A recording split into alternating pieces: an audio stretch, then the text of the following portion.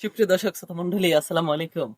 সবাইকে জানাচ্ছি পবিত্র ঈদের শুভেচ্ছা, ঈদ মোবারক। এই ঈদের আনন্দ বা উল্লাস প্রত্যেকটা ঘরে যেরকম ছড়িয়ে ছিটিয়েছে, কানায় কানায় যেন ভর হয়ে গেছে বা ভরপুর হয়ে গেছে। এই আনন্দ উল্লাস আর একটু আমেজ হতো বা আর একটু ফুর্তি বেশি হতো যদি না বৃষ্টিরে কম থাকতো।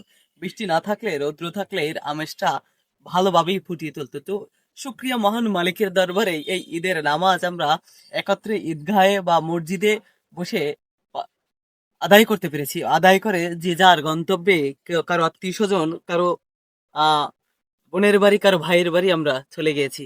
হ্যাঁ প্রিয় দর্শক মন্ডলী, এইভাবে আল্লাহ আমাদের প্রতি বছরও যেন ঈদের আনন্দ ভাগাভাগি করে নিতে বাঁচিয়ে রাখে।